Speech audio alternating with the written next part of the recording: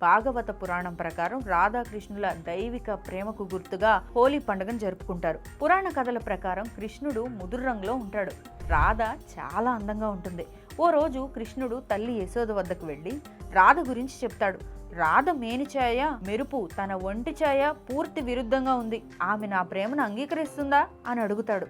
అప్పుడు యశోద బదులిస్తూ రాధ ముఖానికి కూడా నీకు నచ్చిన రంగు పూయమని సరదాగా అంటుంది. దీంతో తల్లి యశోద సలహాను అనుసరించి శ్రీకృష్ణుడు రాధ మొహానికి రంగులు పూస్తాడు. అలా హోలీ మొదలైంది. అప్పటి నుంచి అందరూ బృందావనం, మధుర, నందగావ్ ప్రాంతాల ప్రజలు హోలీ సంబరాలు జరుపుకోవడం ప్రారంభించారు. ఇది ఒకటో కథ. ఇదే కథ నేపథ్యంలో ఉత్తరప్రదేశ్లోని బర్సానా పట్టణంలో లాత్మార్ హోలీ పేరుతో వేడుకలు జరుగుతాయి. హోలీ సందర్భంగా ఇక్కడి మహిళలు పురుషుల్ని కర్రలతో వెంబడిస్తూ వారిని రెచ్చగొట్టే విధంగా పాటలు పాడతారు.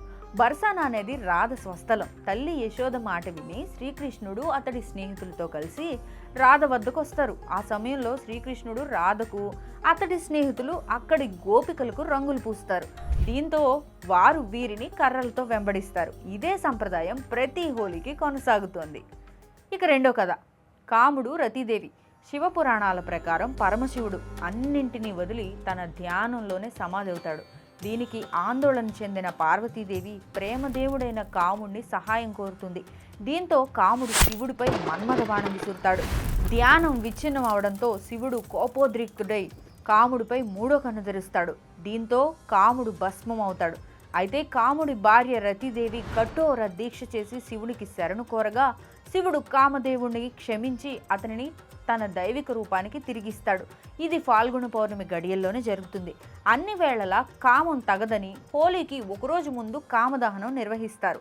ఆ మర్నాడు హోలీ వేడుకలు జరుపుకుంటారు. ఇక మూడో కథ, హోలికా దహనం. విష్ణు పురాణాల ప్రకారం రాక్షసరాజు హిరణ్యకశపుడు ఏ దేవుడు, ఏ మనిషి, ఏ జంతువుతో తనకు మరణం ఉండకూడదని వరం పొందుతాడు. తననే దేవుడుగా కొలవమని ప్రజలను ఆజ్ఞాపిస్తాడు. అయితే విష్ణు భక్తుడైన అతడి కుమారుడు ప్రహ్లాదుడే తన తండ్రిని పూజించడు.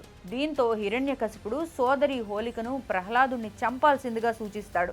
హోలిక చితి మంటలతో నిరంతరం మండుతూ ఉంటుంది. ఆమెకు అలాంటి రక్షణ కవచం ఉంటుంది. ఆమె ప్రహ్లాదుని చంపేందుకు తన ఒడిలో కూర్చోవలసిందిగా లాలిస్తుంది. ఆమె సూచించినట్లుగా ప్రహ్లాదుడు చితి మంటల ఒడిలో కూర్చుంటాడు. అయినప్పటికీ విష్ణు అనుగ్రహం కలిగిన ప్రహ్లాదుని చితి దహించదు. బదులుగా ఆ చితిలోనే హోలిక భస్మమవుతుంది.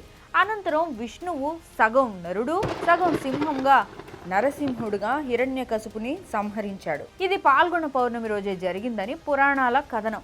ఈ విధంగా హోలికా దహనం ఆ తర్వాత హోలీ వేడుకలు జరగడం ప్రారంభమైంది.